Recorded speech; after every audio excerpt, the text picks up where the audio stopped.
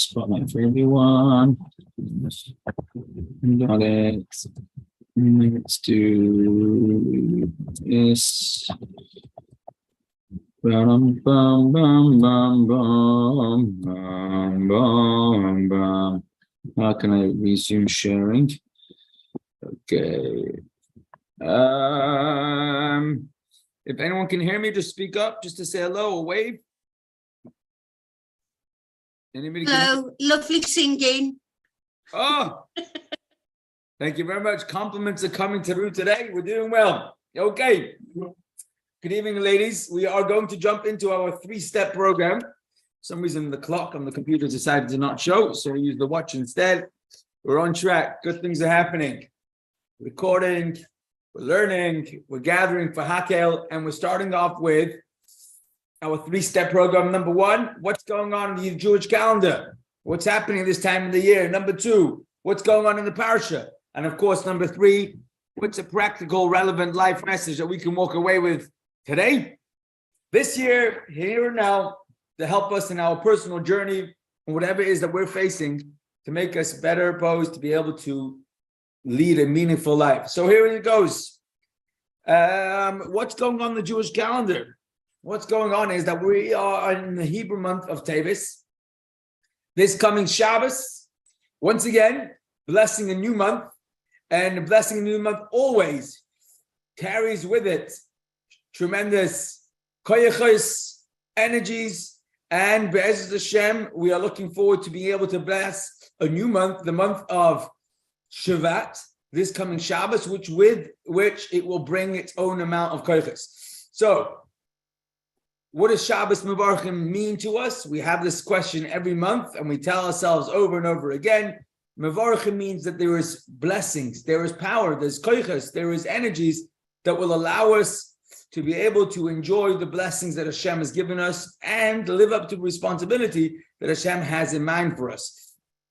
Are we sharing it? Yeah, we're sharing the right thing. Good. Shabbos Mevarchim is what's happening this week. However, before we get to Shabbos, starting from tonight, we already have good things and good energy that is in addition to it being a Shabbos Mevarchim, it also brings us renewed and more goodness in the sense that tonight happens to be Chof Daled Teves. Chof Daled Teves, the 24th day of Teves, has enormous meaning on the Chabad calendar. And I say that the Chabad calendar because it's the founder of Chabad, the Alter Rebbe, who passed away on this day, Chof Daled Teves, tonight and tomorrow. It's a fascinating story in which it seems that the Alter Rebbe actually chose to put his life on the line, knowing what the results would be, in order to push and to ensure that the Jewish people would delay the rise of the Enlightenment, the forces that would try and steer people away from religion across the globe. And this was something that was brewing already for a long time. And the story goes back to the story of Napoleon fighting the Tsar. Napoleon was the person who symbolized the free world. And he came to change Europe and to bring enlightenment throughout. And starting with France, he was making tremendous advancements in all directions. And he put his sights on Russia. And there was every reason to believe that he would overrun the entire Tsar's nation and be able to emancipate it in his eyes from the strict rule and regime of the Tsar, and equally of the religion and the religious aspect of it. And the Alter Rebbe, who was enormously, besides for being a tremendous scholar and a great tzaddik, but also he was very perceptive and understanding what it meant, what these sort of winds would have and the effect it would cause in Jewish people. And the way he described it was that had Napoleon won, it would have been much easier on the physical side for the Jewish people, but spiritually, it would have made it much, much harder. And this was his stance, very strongly so, even though there were many other great Jewish leaders who didn't agree with him. The Alter Rebbe davened hard, including the whole story of Rosh Hashanah blowing the shofar early. The Alter Rebbe davened hard, and at a certain point, he turned around to his son and he said, it's going to be costly to be able to pull this through, but it's so important. The Alter Rebbe's name got out as somebody who was against Bonaparte, against Napoleon. And of course, that meant that if the borders were to change and where he was living, which actually is what happened, became under the French rule, he personally would be an enormous threat and danger from the advancing French army. And that's why the Russian army, the Tsar's soldiers, came and escorted the Alter Rebbe personally, royal escort to escort the Alter Rebbe and his family away from the Adi where he was living. Apparently there were 60 wagon loads of family members and all their possessions and everybody who left Liadi. And there's a story in itself how the Alter Rebbe came back or sent someone back to make sure, and they burned the house down, there should be nothing left. The Alter Rebbe had to leave and was in transit. And it turns out that the French army made enormous advancements, and it was looking like they were going to win. They were very close to Moscow. They even came till Moscow. But it was a freezing cold winter, and it was during that very cold winter that the French army couldn't hack it, and the Russians managed to turn the tide at the 11th hour. It was very, very close. And the Tsar won. But during that same winter is when the Alter Rebbe was on the run. Not at home, but out on the roads, traveling. And it was there that the Alter Rebbe was miles away from anywhere close to home. And the Alter Rebbe was traveling, and the Alter Rebbe became ill. And it was during that time, Chof Dal Tevis came about, and the Alter Rebbe passed away. There was the Stalkos in a village called Vienna, where there was no Jewish community at all. The closest place that had a Jewish cemetery was Hadich. And they transported the Alter Rebbe from where he was in Vienna to Hadich, and that's where the Alter Rebbe is buried till this very day. And there's no oil there. People come to visit the Alter Rebbe's oil. But it was after that time where his son, the Mittler Rebbe, then settled in Lubavitch. And that's when Chabad Hasidism took root in Lubavitch. And that's why till this very day, Chabad Lubavitch is almost interchangeable in what it means. Although Lubavitch is the name of the place where Lubavitch movement was strongly established. And Chabad describes the philosophy, the thought process, the system that the Alter Rebbe set up. They today are interchangeable and mean more or less one of the same things, generally speaking. So on this day, the Alter Rebbe's Yom HaStalkos, the day of the passing of a great tzaddik, becomes an enormously energetic day. Now, although one could argue if it's a day of the passing of a tzaddik, shouldn't this have the opposite connotation, where the tzaddik's life is no longer available to us? So fascinatingly, the Alter Rebbe himself, Shnei Zalman himself, penned a fantastic letter to his fellow colleagues, students, the Talmidim of Mendel Rodaka, who was living in the Holy Land of Eretz Yisrael back then, and they lost their leader during the lifetime of the Alter Rebbe. Remember, Mendel Rodaka, who happened to be like one of the Alter Rebbe's own mentors, passed away in the Holy Land of Eretz Yisrael, and the Alter Rebbe wrote a letter to fellow Hasidic Jews who were living out in Eretz Yisrael, comforting them on the enormous grief of the loss of their Rebbe in the Holy Land of Eretz Yisrael back then under the Turkish rule, but it was still our Holy Land. It was Eretz Yisrael all the same. And in that letter, he describes that a tzaddik's life doesn't end in this world when he passes away. The tzaddik, although he's a spiritual being, and therefore spirituality, he's more at home after his passing. Actually, it's the opposite. The life of a tzaddik, whilst he's still alive, is the spirituality of the life, of the impact, of the purpose which he lives for. And that does not change or lessen with the passing of a tzaddik. Actually, there's less difference in the connection you have with a tzaddik before and after, whilst they're alive in a body, until afterwards they're just a spirit. The difference is much less than if you have a regular person who, whilst they were alive, lived a very bodily, focused life. So now the difference is absolutely much more.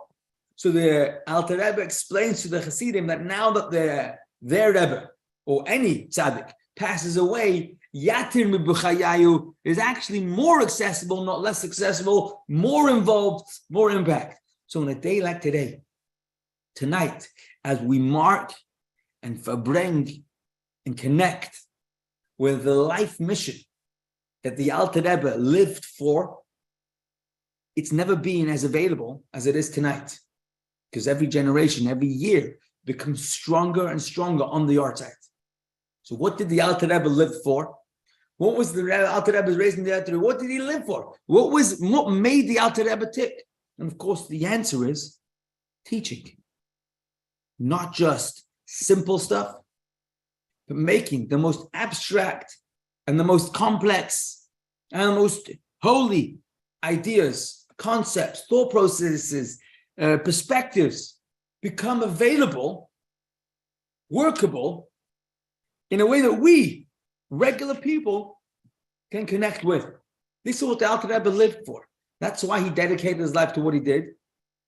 That's why he spent time not just learning for himself, but writing and teaching those teachings that he knew anyhow, but sharing them, and sharing them in such a way that can be a catalyst to become more available, and that's exactly what we are living by today. Today is the day in which we commemorate and we live and celebrate the life gift that the Alter Rebbe shared with us, with which we live till this very day. It's Chof Dalet Teves. It's the day in which we celebrate the Alter Rebbe's life. And as he says himself in the letter about his colleague who passed away, Yatir B'chayahu, even more so during his lifespan, during this physical world. So these are two major highlights for this week. Number one, Chof Dalet Teves tonight, and as we mentioned earlier, it's also Shabbos Mevarchim, the Shabbos in which ensure we will stand up and we will bless the upcoming month that's coming up. Rosh Chodesh is on Sunday night and Monday, and it's the new month of Chodesh Shevat.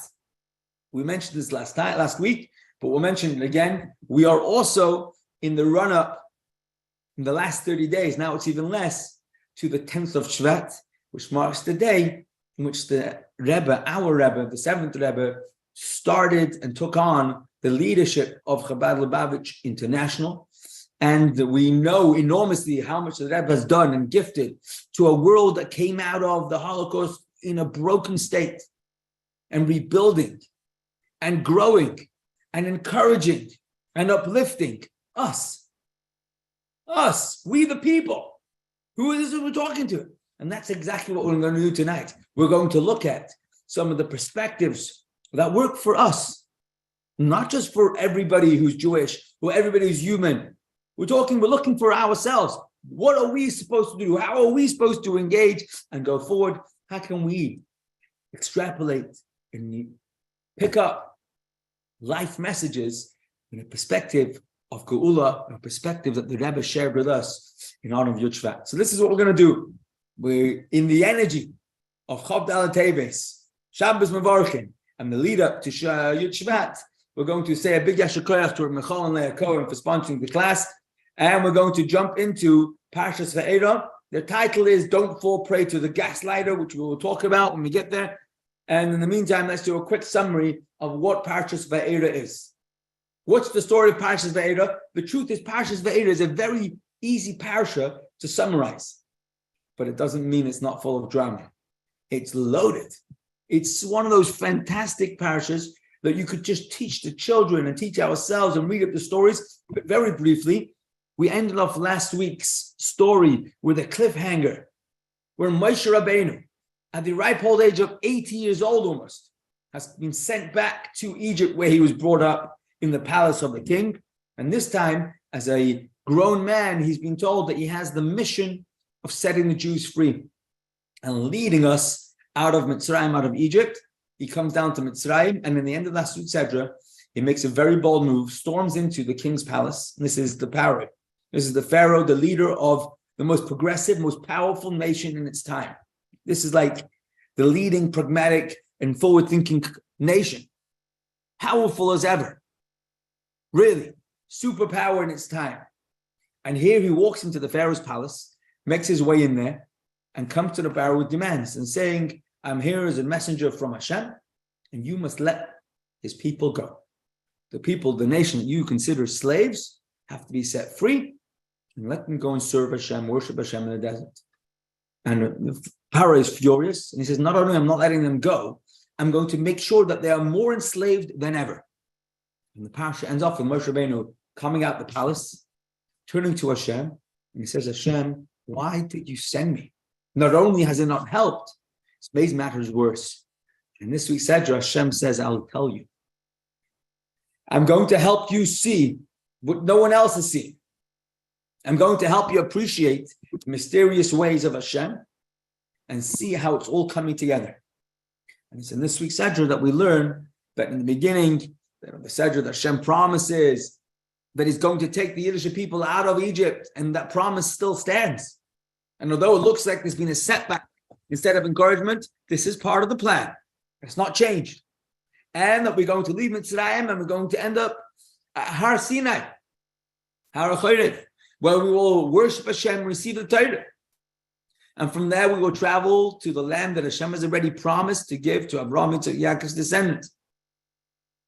And then Hashem says, okay, let's set the ball rolling. Start off with plague number one. Plague number one is, of course, the plague of blood, where the river Nile, which was the source of agricultural prosperity for the land of Egypt, was going to be the first to be smitten. They worshipped the god of the sea, the god of the water, by worshipping the river Nile. And that's where Pharaoh got hit first. And the entire water got turned into blood. And that lasted for 1 week. When Pharaoh refuses to set them free after that, we had the next plague, which was the plague of the frogs. And from there, the plague of the lice. And from after that, there was a plague where Egypt was all of a sudden swarming with wild animals everywhere except for the Jewish quarter, clear and obvious. And from there, from swarming wild animals, ripping people apart, became the pestilence where domestic animals all of a sudden started dying left, right, and center, again, except for the Jewish quarter.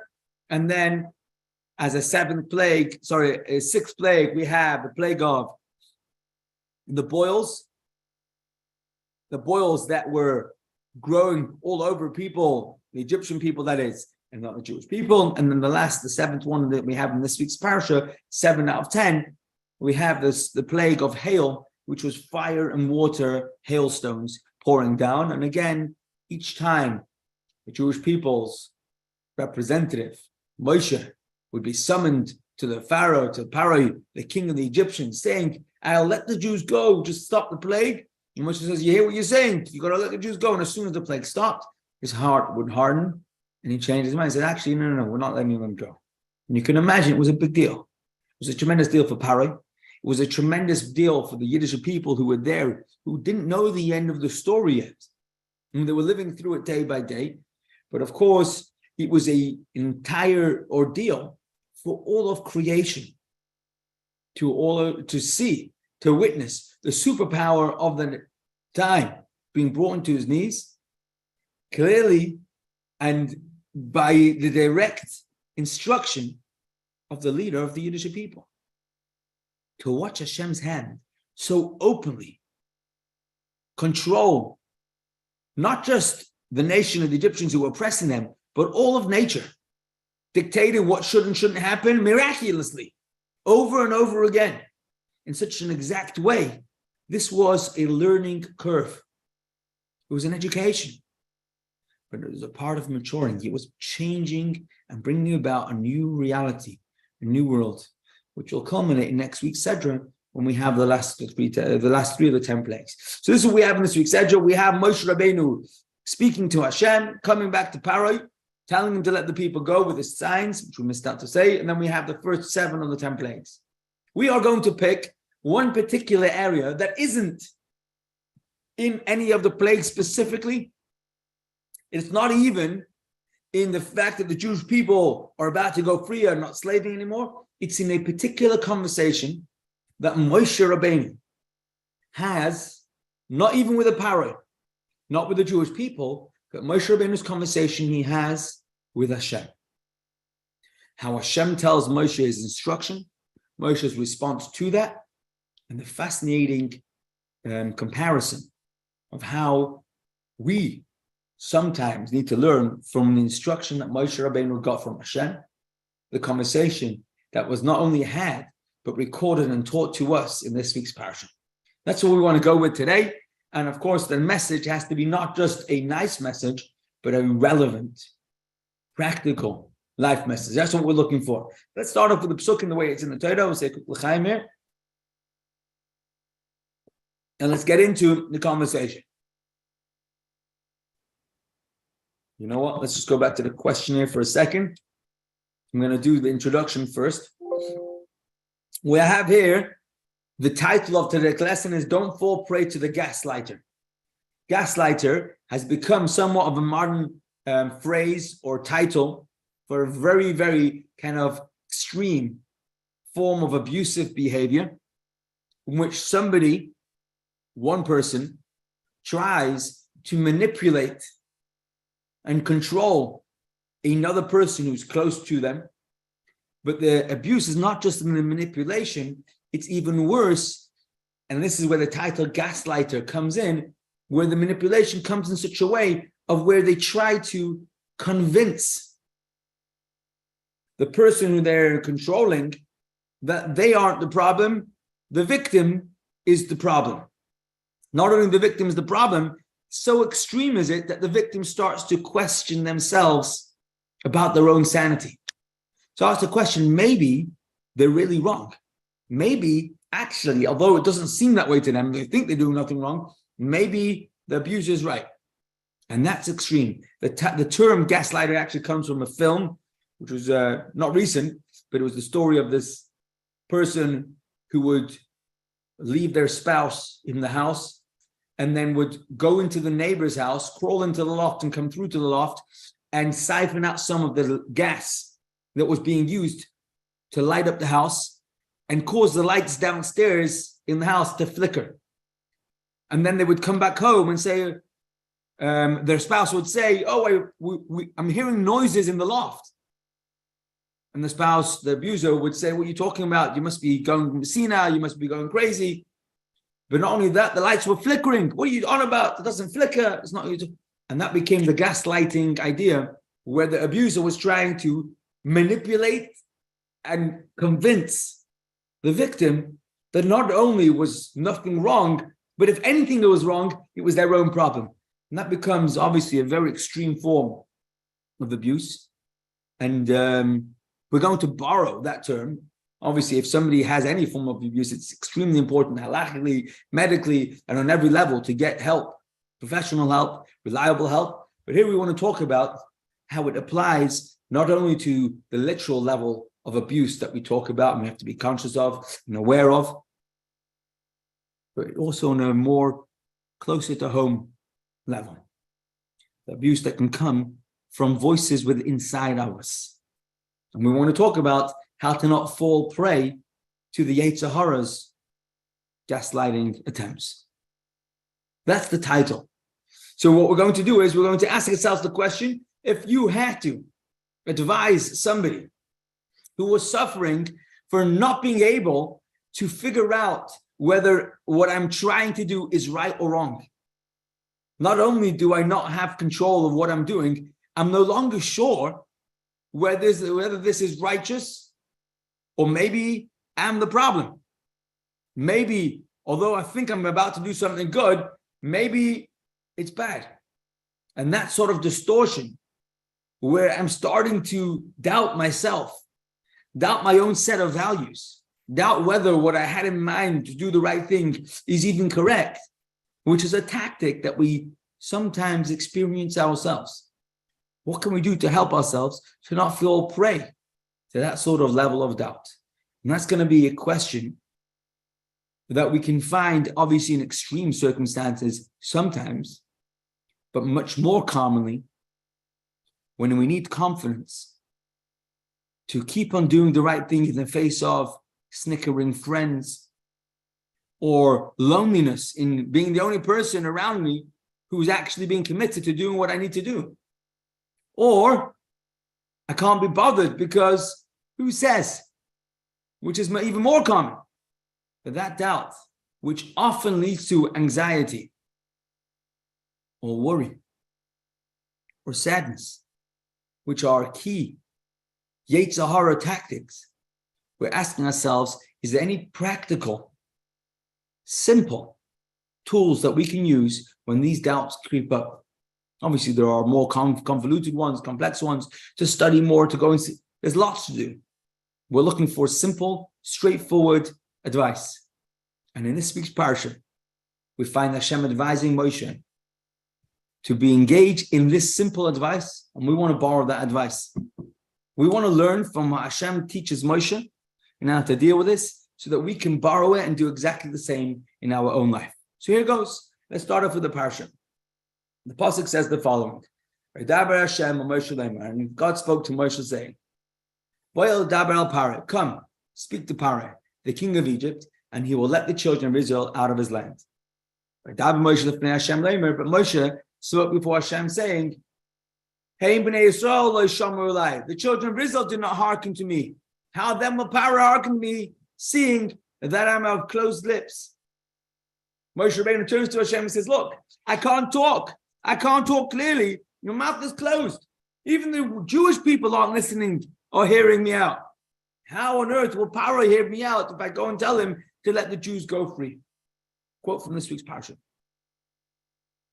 Okay, we know that Moshe Rabbeinu had this conversation with Hashem, but what we also know is that actually this conversation is repeated in this week's Sedra. A lot of the commentaries should say it didn't happen twice in this week's Sedra. It happened once because there was a diversion or digression in describing Moshe Rabbeinu's lineage, so therefore it repeats itself. But here you have the same conversation, actually more elaborated, in more detail, great detail.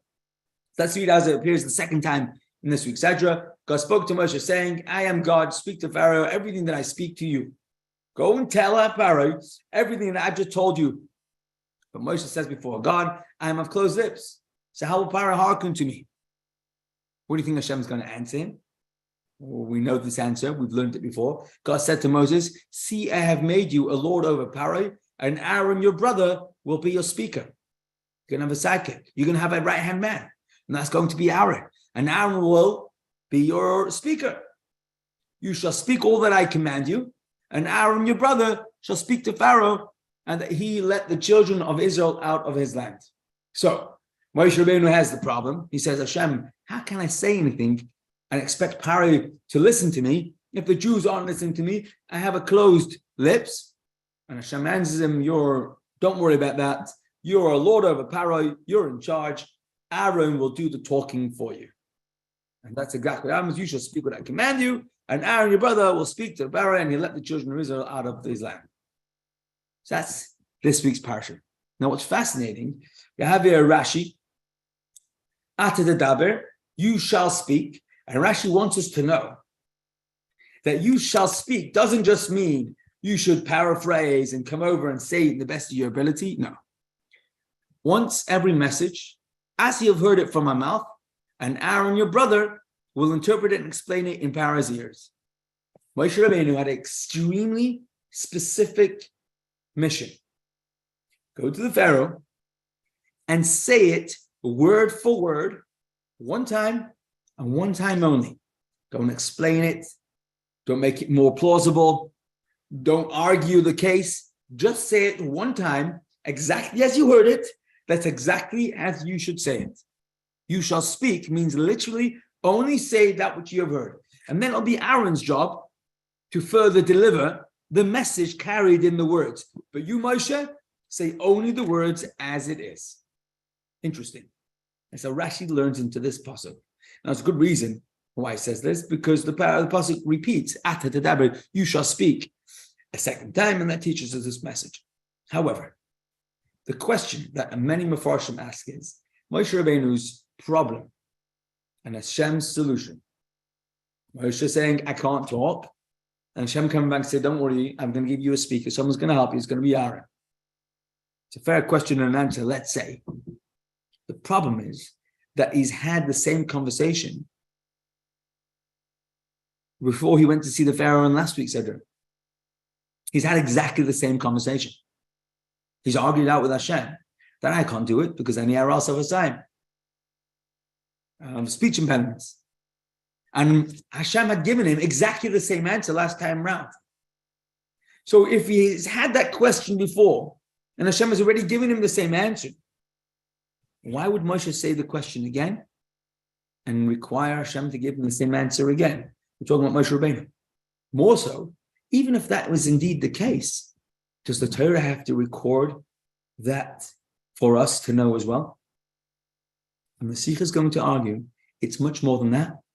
And inside this repeated conversation, Moshe Rabbeinu picked up a whole new approach, which is that simple, surefire tool that Moshe Rabbeinu was taught by Hashem. And that's the same message that we want to carry today.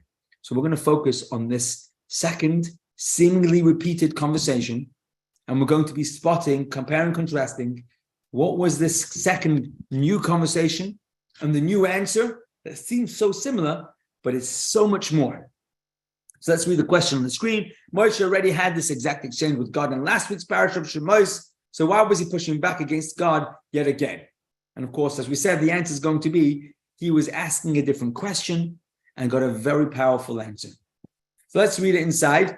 We're going to read last week's Sedra where it says, the quote, we had it last week, actually, we dealt with this. Moshe says, God, I beseech you, O God, I'm not a man of words, neither from yesterday, nor from the day before yesterday, nor from the time I've spoken to your servant, for I am heavy of mouth and heavy of tongue.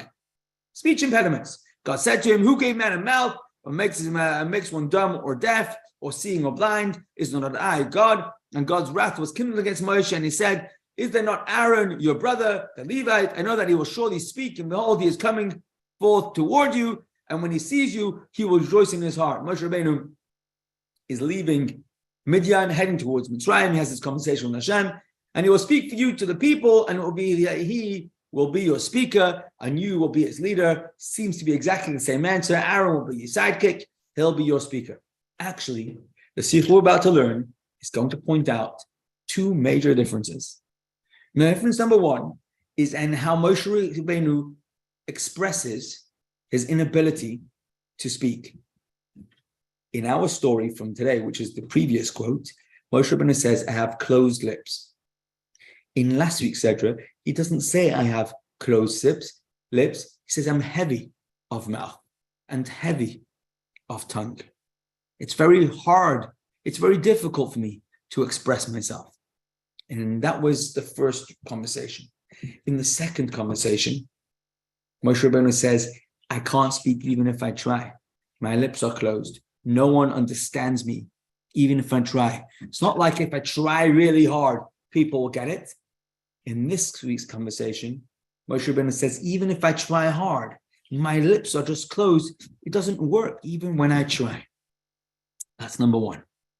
And number two is that in this week's Sedra, it says that Moshe Rabbeinu say it just one time and don't repeat yourself. That's not what it says in last week's Sedra. In last week's Sedra, it says, say it to the best of your ability, and Aaron will translate it, will repeat it. But in this week's Sedra, for some reason, the answer is much more extreme and almost like simplified to like a just do what you have to do kind of thing and ignore the results. Ignore the impact of what you're doing. Just do what you have to do and don't look around. We're going to focus on that. We're going to focus on how he describes the problem. And when it's that new problem, the answer is a different answer. Although it looks similar, the answer has a whole new strength to it. So let's do reading right along. We have here on the next slide, the Al-Sheikh asking the question, how did Moshe repeat to God his claim of I am closed lips? Did he not make his claim earlier? So how could he repeat it again here? Not only that, but when Moshe first made his claim of the children who did not hearken to me, I am closed lips, God answered him, who gave man a mouth? It is astonishing the person who heard this reply could go ahead and repeat the same claim a second time and the third time. Al-Sheikh's question mark, exclamation mark. What's going on and why is Moshe repeating the question? But we're going to look at it, how the Sikha teaches it to us. And of course, the reason why this answer or the question is so relevant to us is because the answer that Hashem gives Moshe is really an answer to us as well. It's an answer that we can use starting tonight. starting right away, we can actually incorporate this message in our own life and learn from Moshe. Here goes. Rashi translates heavy of mouth and heavy of tongue as I speak with difficulty. In other words, in last week's Sedra, Moshe was able to talk, but it came with difficulties. By contrast, closed lips is complete obstruction of speech. This is what Moshe added in his claim here. Before, Moshe assumed that he was just heavy of mouth and tongue. At least he could speak, albeit with difficulty. To that end, taking Aaron along was enough, as he would be able to expand and explain whatever Moshe said cryptically to Pharaoh. Aaron would elaborate. But now Moshe realized that he was of closed lips, namely that speech was completely impossible, as if he was stuffed up. As such, his mission to Pharaoh made no sense at all. Okay, let's unpack this for a little bit. First round, Moshe says, you know what, I'll give him my best shot. I'll speak as much as I can. And Aaron will elaborate. He tries one round. He now has new sets of instructions from Hashem. And to this new set of instructions from Hashem, he says to Hashem, actually, I can't say anything, even if I try. It's not like I'll say something and Aaron will elaborate on it. My lips are stuffed, are closed lips. Nothing I say will be even the slightest bit received. There's nothing to elaborate on. There is nothing that I can say that can ever help this situation. And therefore what? Therefore, says Moshe, why am I even going? What am I going to accomplish by going? If Aaron's going to do all the talking, nothing I say is going to work anyhow. Why should I even show up? Why am I even showing up? And it was this question that Hashem is addressing when he tells him, you just say what I tell you to do. You just say it once, one time only. We're going to elaborate on why Moshe Rabbeinu all of a sudden now decided that his lips are stuffed. Why did Moshe Rabbeinu feel like he couldn't say anything now compared to previously where he felt like it would be a challenge, but he could do it in the end? But before we explain and elaborate that, I want to just bring this story closer to home. There are situations which we walk into that we don't look forward to. We all have them. There are times we have to make the phone call or do the task of something that we don't look forward to, not only because it's hard work, but because it's extremely uncomfortable. It's not something we look forward to, and it stretches our comfort zones a lot. But at least we know that if we put our heart and soul into it, we'll get it. We'll make it work. That was last week's Sedra. In this week's Sedra, in Parshas Vaeira, we want to take it a step further. We want to go to places. We want to think about, allow ourselves to engage mentally and put ourselves and think about the situations of when we have to do things that we don't even stand a chance. We feel beaten before we even begin, defeated without any feeling of confidence in whatever area this might be. And this isn't just only when it comes to dealing with a significant other. It's not only when it's coming to dealing with maybe challenging people in our life, but we have sometimes voices within, whether it's a spiritual challenge, a godly challenge, an emotional challenge, a habitual challenge, whatever it might be. Certain times I feel like I'm so broken in this area. I don't feel like I have the slightest bit of confidence. And Moshe Rabbeinu voices this concern to Hashem. He says, Hashem, in this situation you want me to go and do, I don't stand a chance. It's not like if I push myself, I stretch myself, I'll get it. Moshe Rabbeinu had good reason to say what he has said. In his situation, there was every reason to believe that what he was saying was absolutely right. Funnily enough, in Moshe Rabbeinu's situation, became the best setup for Hashem's response that to us is ever relevant. This is what we're looking at. We're looking at the challenges in life that we stand no chance, or at least that's the way it seems. We're so beaten and broken in that area defeated in those areas, why should we even show up? And this is where we're going. We're going to elaborate on how Moshe Rabbeinu reached that conclusion, what Hashem responds to him, and how that translates in our own personal life. Let's do it. Let's do a little bit more. So there's the Rashi. Rashi says on the word that Hashem describes to Moshe, Ani Hashem, I am God. Why does Hashem throw in the words, I am God?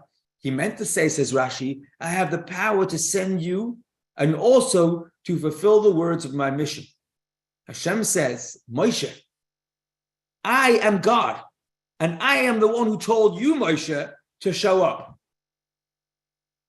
So although all the statistics, history, your own track record has indicated, and it looks like a defeated attempt, Ani Hashem, I, Hashem, have orchestrated the circumstances with this challenge in it.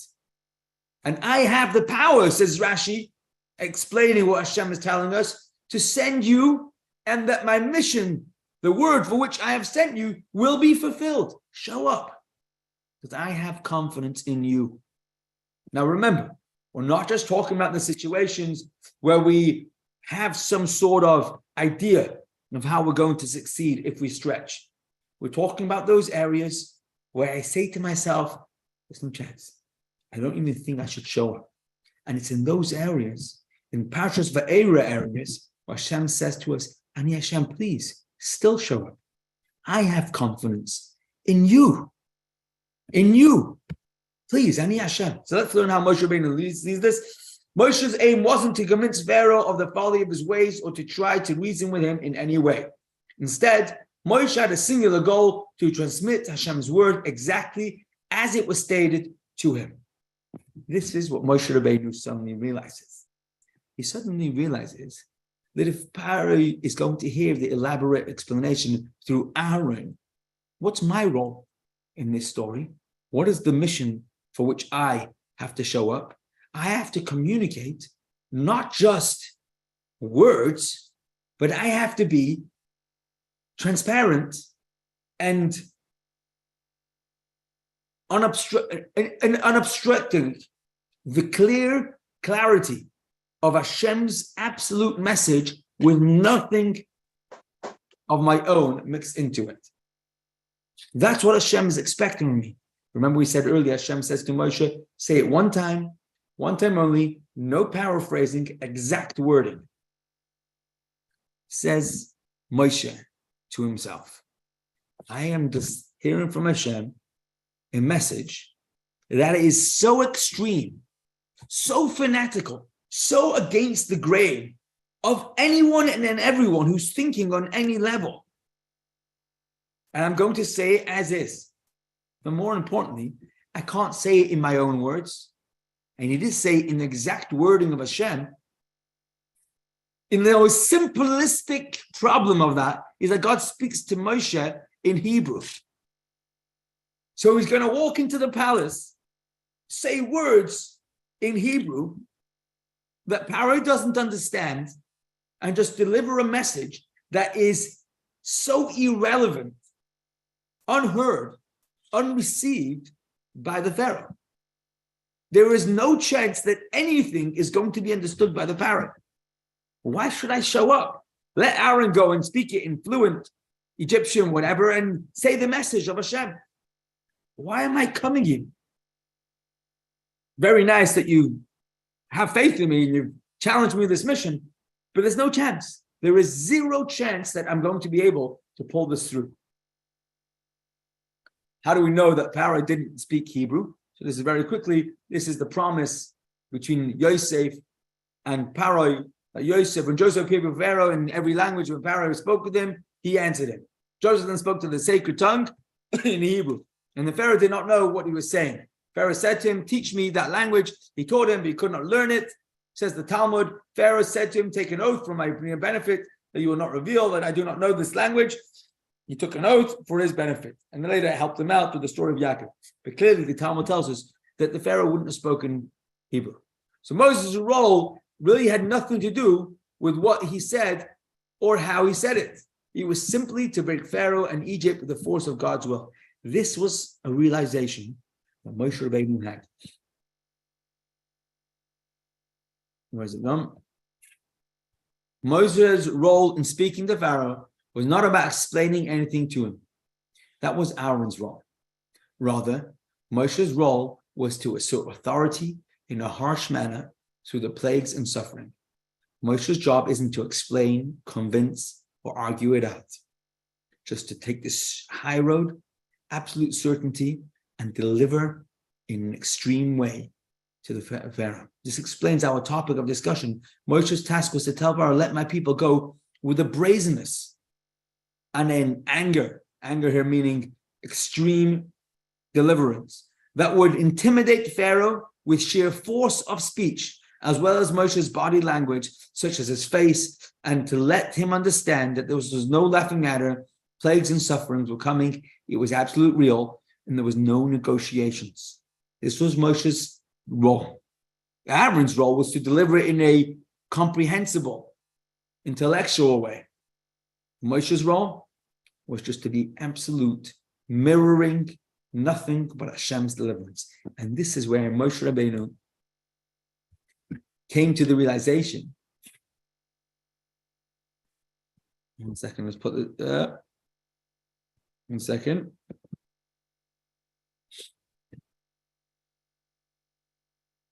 I lost the slideshow.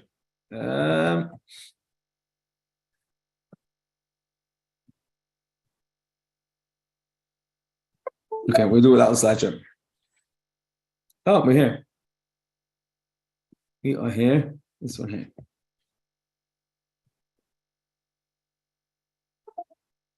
We're going.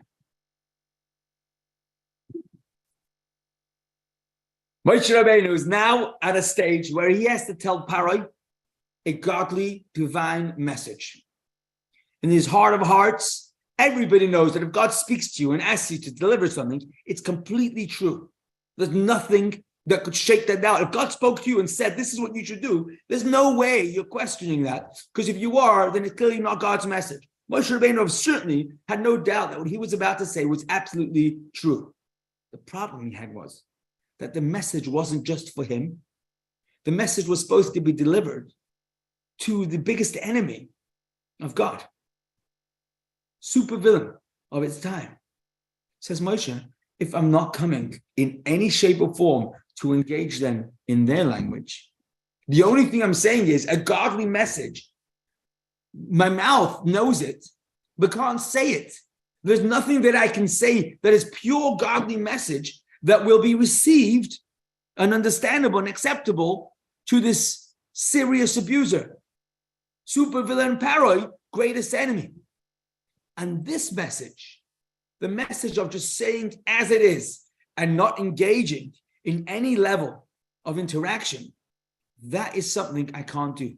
And for this, my mouth is not just having a challenge to speak, that sort of message. My mouth can't even say anything that could be comprehensible. And therefore, why should I show up? I'm going to stop here for a second, borrow this conversation of Moshe Rabbeinu, and just put it back into our terms. We have times where we can explain to whichever challenging situation I have to deal with, how uncomfortable it is, but how we're pushing nonetheless.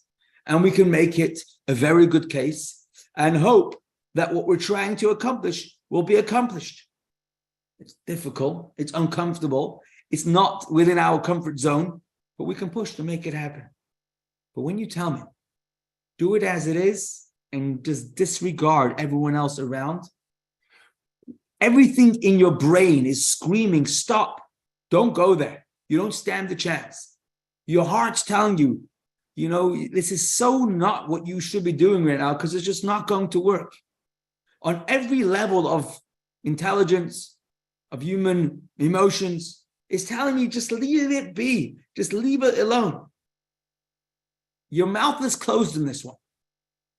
And Hashem says, Moshe, this is exactly when you need to step up and do this and only this. Just do the next right thing. Just be a reflection of your truest self. Why? And this is the fascinating fun fact that Hashem says to Moshe, Ani Hashem.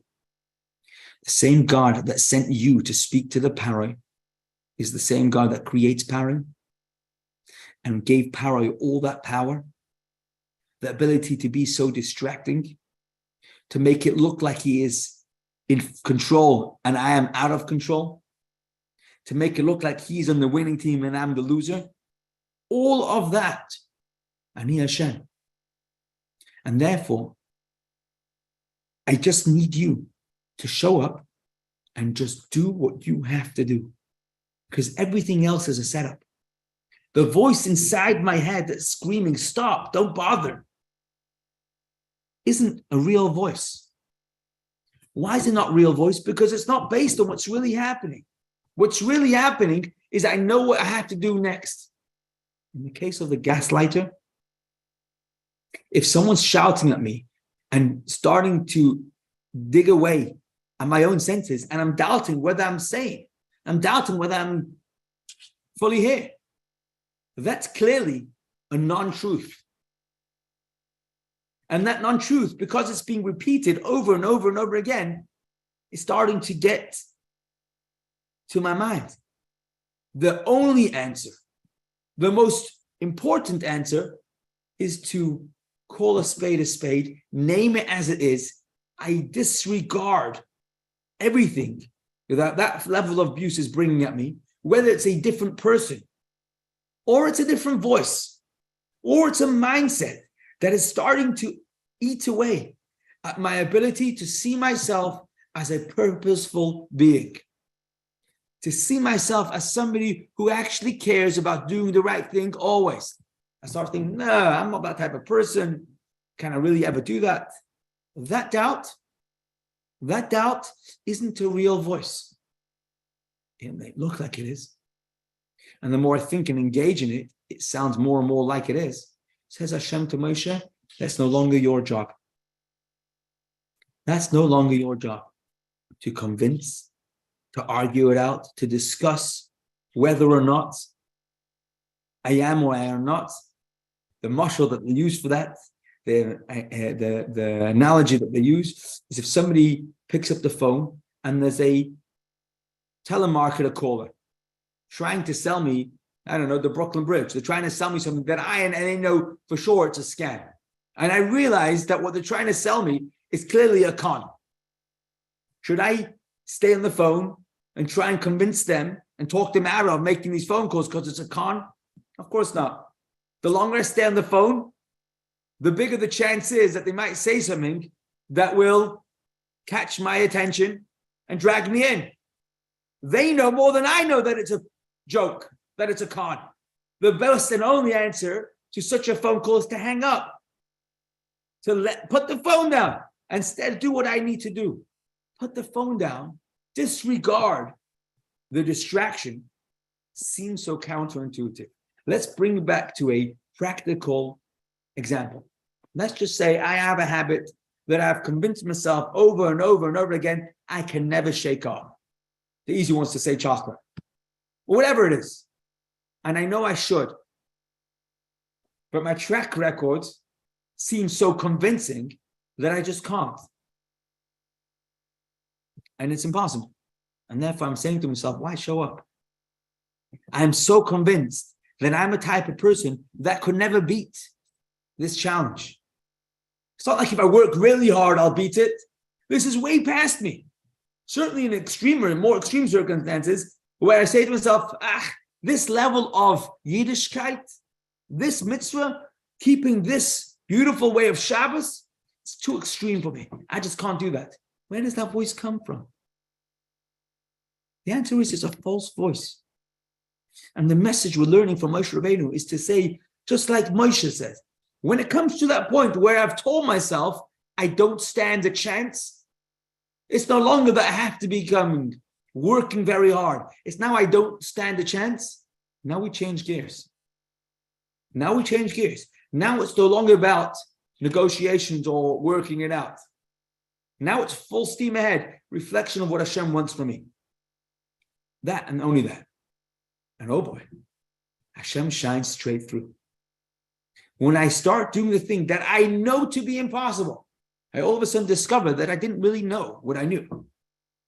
There was more to be known than I thought. I knew everything.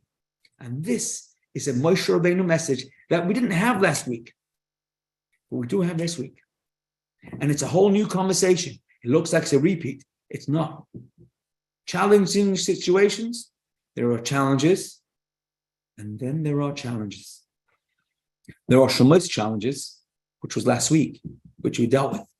And in Parshah Vaeira, the Parsha wants us to discover that there's an even more sly Yetzer Hara that tries to bash me down in a whole new level. And when it comes to this level, the answer is storm forward. Sikha ends off. Well, I'm going to just borrow that and see if I have a slide for it. Playing up again. I don't know which way we're going. Okay. Oh. When our inner power is starting up and making trouble, sometimes we have to evoke our inner Moshe and scream at him, get lost. And you know what? We all have an inner Moshe. Okay, choose the language there.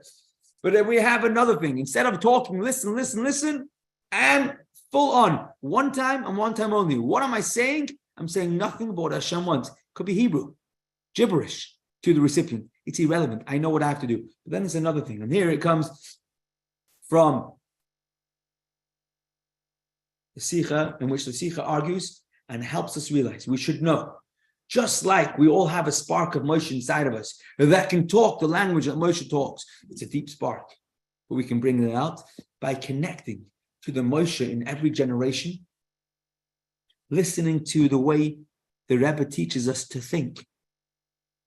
It all of a sudden unleashes that hidden Moshe spark, the same Moshe spark that allows us to storm forward, even though it looks impossible, is only nurtured when we connect with the Moshe of our generation. I'm going to read this last reading, and then we'll wrap it up. Moshe in his generation possesses the power to subdue evil with suffering in place, even when the evil was speaking. And so it is in every generation. The leader of the generation, the extension of Moshe in each generation, which is the Rebbe of each generation, possesses the power to break through all opposition to holiness, even when it's peaking.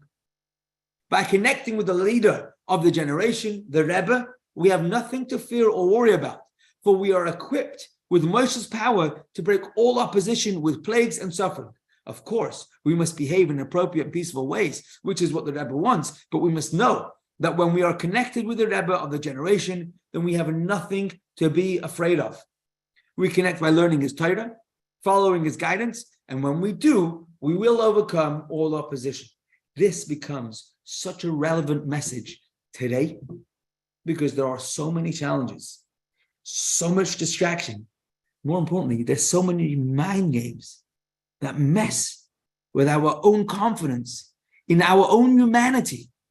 And this is what we need today more than ever, to know that if it's something that's making us feel like there's no chance, that's the greatest indicator that the response has to be the Moshe response.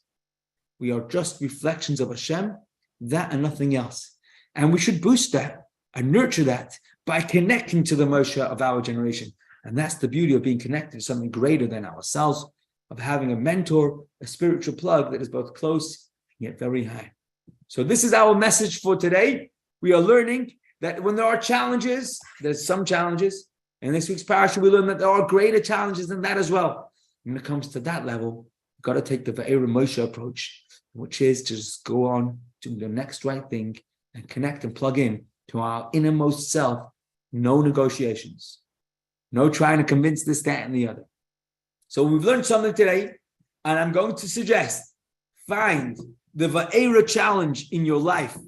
And I hope that it's not very close, but my guess is that for most of us, it's very, very relevant. And that's the reality of our generation. There are a lot of challenges that nibble away at our level of confidence, our ability to be sure that we can do the right thing and we will be able to do the right thing.